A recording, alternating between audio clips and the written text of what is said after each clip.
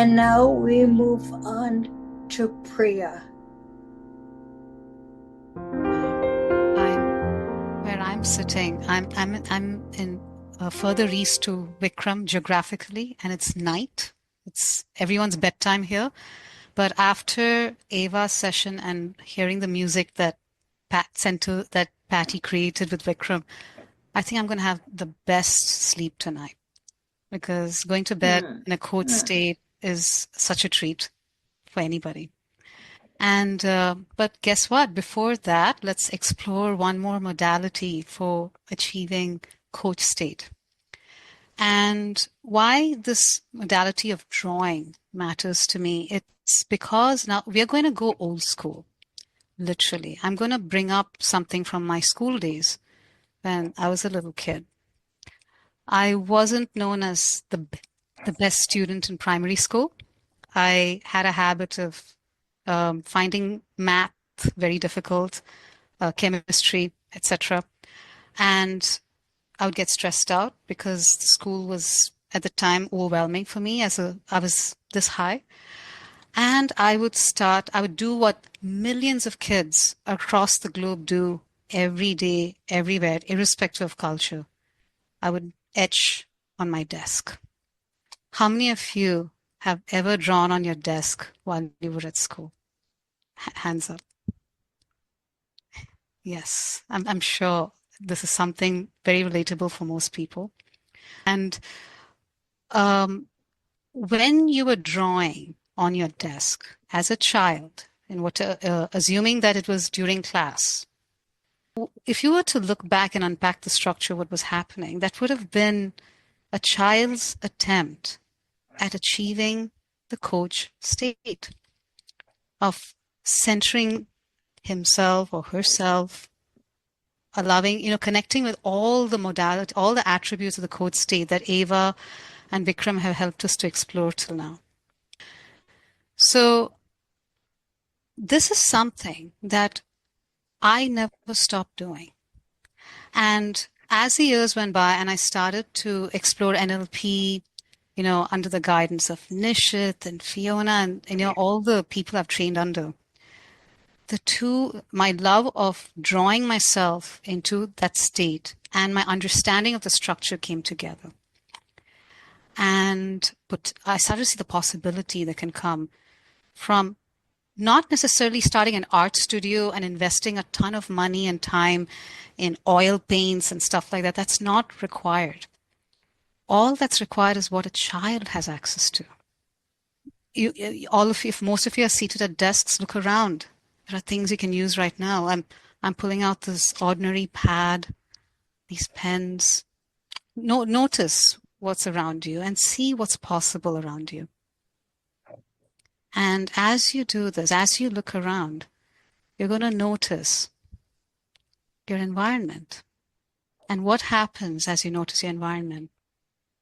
You're centering yourself literally where you're positioned. Isn't it amazing to do that? I'll continue my story just a little bit more because as an adult, I drew during the pandemic. The pandemic, we were all locked down. We had nowhere to go. We were uncertain about people's health outcomes when they fell sick. And I ended up remembering the structure of achieving coach state through sketching. And I started to produce almost 3 sketches a week. And this time, and what mattered was not the fanciness of it. All that mattered was just getting to the structure of drawing itself. And this process of drawing got simpler. I started to doodle on my phone with my stylus. I started to doodle on papers with pencils. And what was interesting was my children got a bit stressed out being cooped up at home. And I noticed that at one point when when my husband and I told my kid, please study for your test, I think my kid wasn't in the mood. Flora, if you could please show the first slide, if you don't mind. I noticed I was a bit concerned about my son's stress levels, but then on his desk, I noticed this. And I knew he was going to be just fine. So I felt like, you know what? My son has discovered his way of doodling his way to coach state. We are good. He's going to be fine. And, some years later, he's doing just great with all the stressful exams he's going through right now. So this works, right?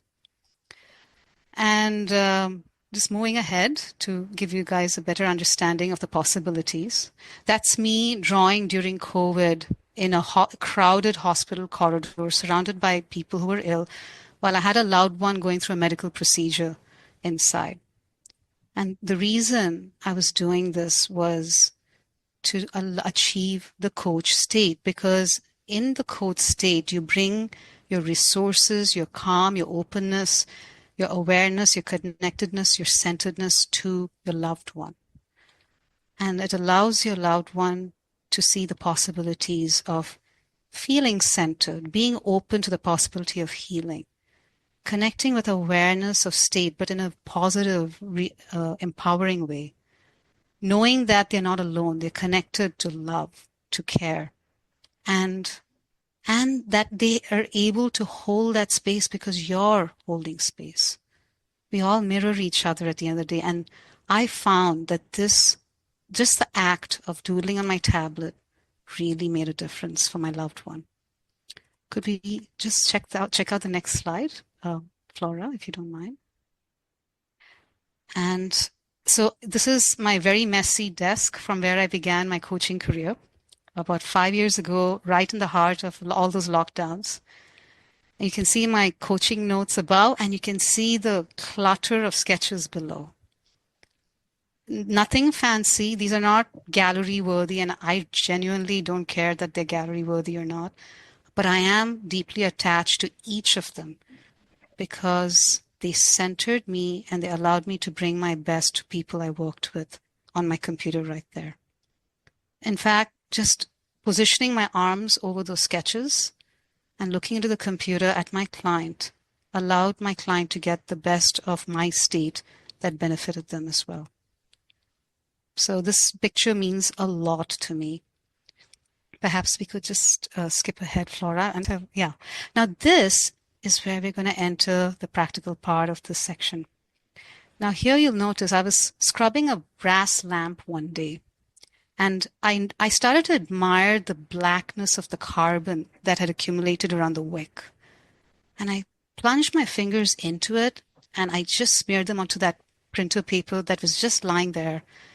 And it's not the drawing, it's the experience of crafting it with my fingers touching paper.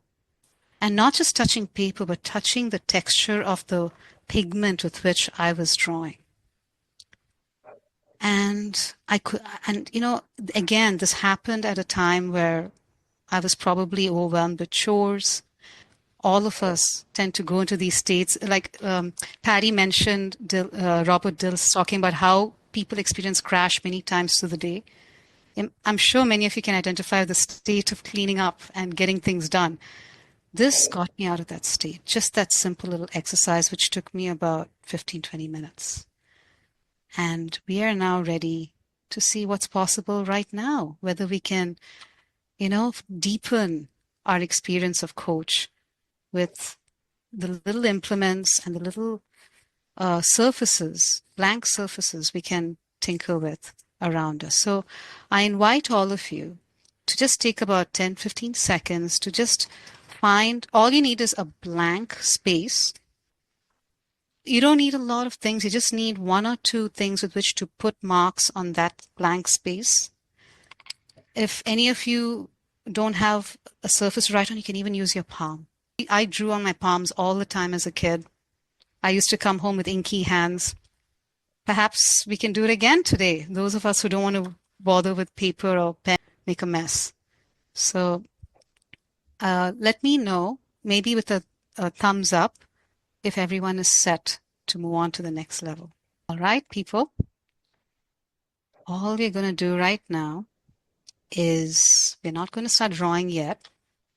We're going to look at the surface.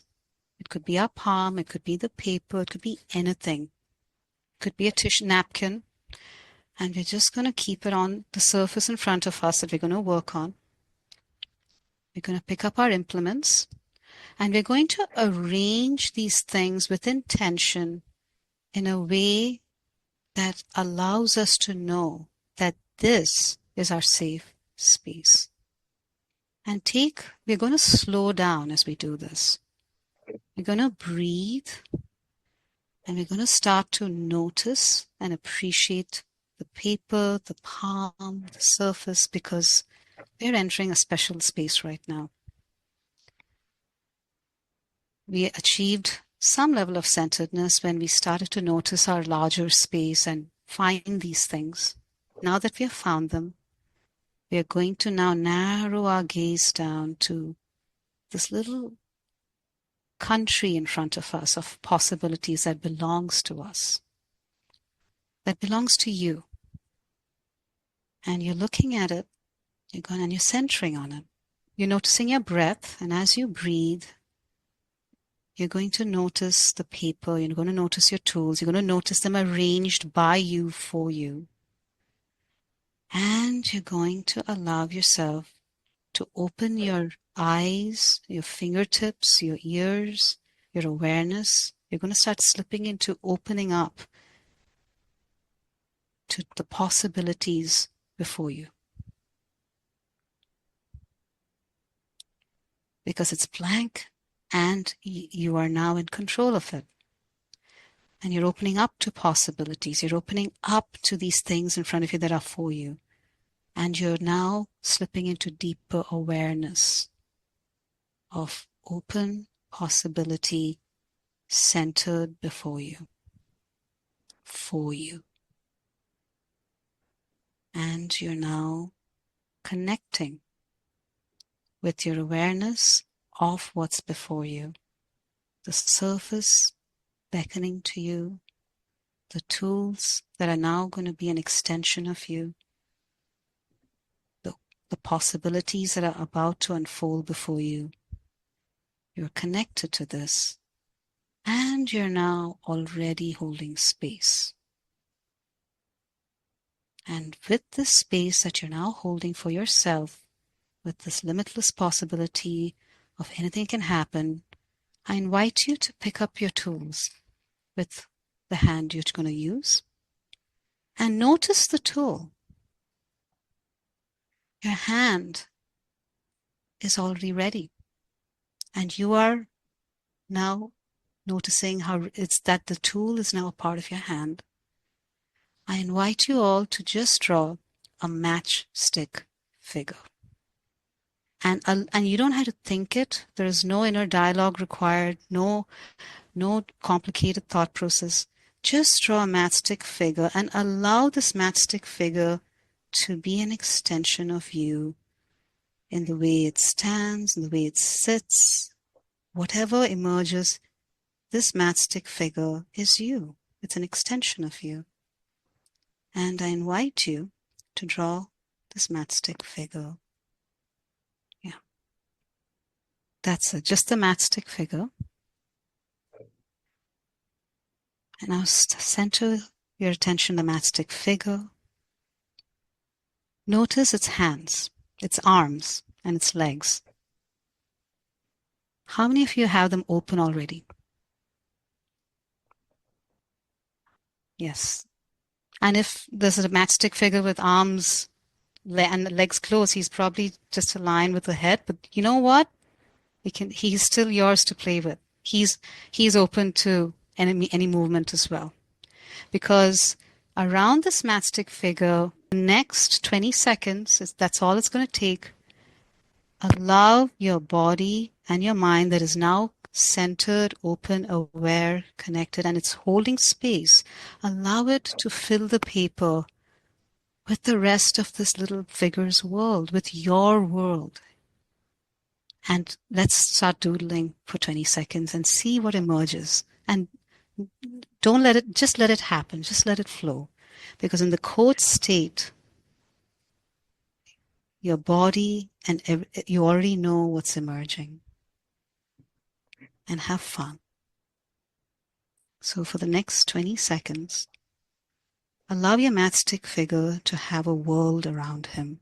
Allow him or her or them to have whatever accessories they feel like, whatever emotions it might have. Give it dimension, give it life, give it yourself.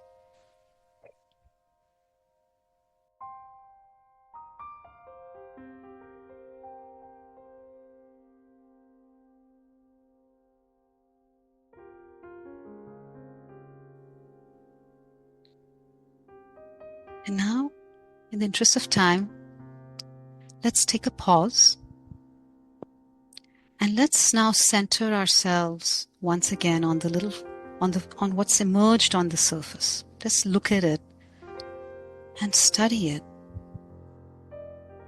And now be open to your relationship with what has emerged from you onto the surface. Open yourself to that relationship. And you're now going to be aware. I invite you now to connect with it, because we're going to touch it, get tactile. Touch all the aspects of this figure. Examine how it looks in the light. Examine what you have created on the space. And you can connect with it with your fingers, feel it. And I want you now to just close your eyes and notice your state.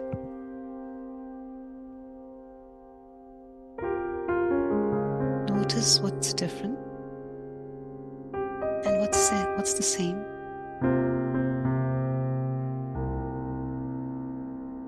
And whenever you're ready, return to the now.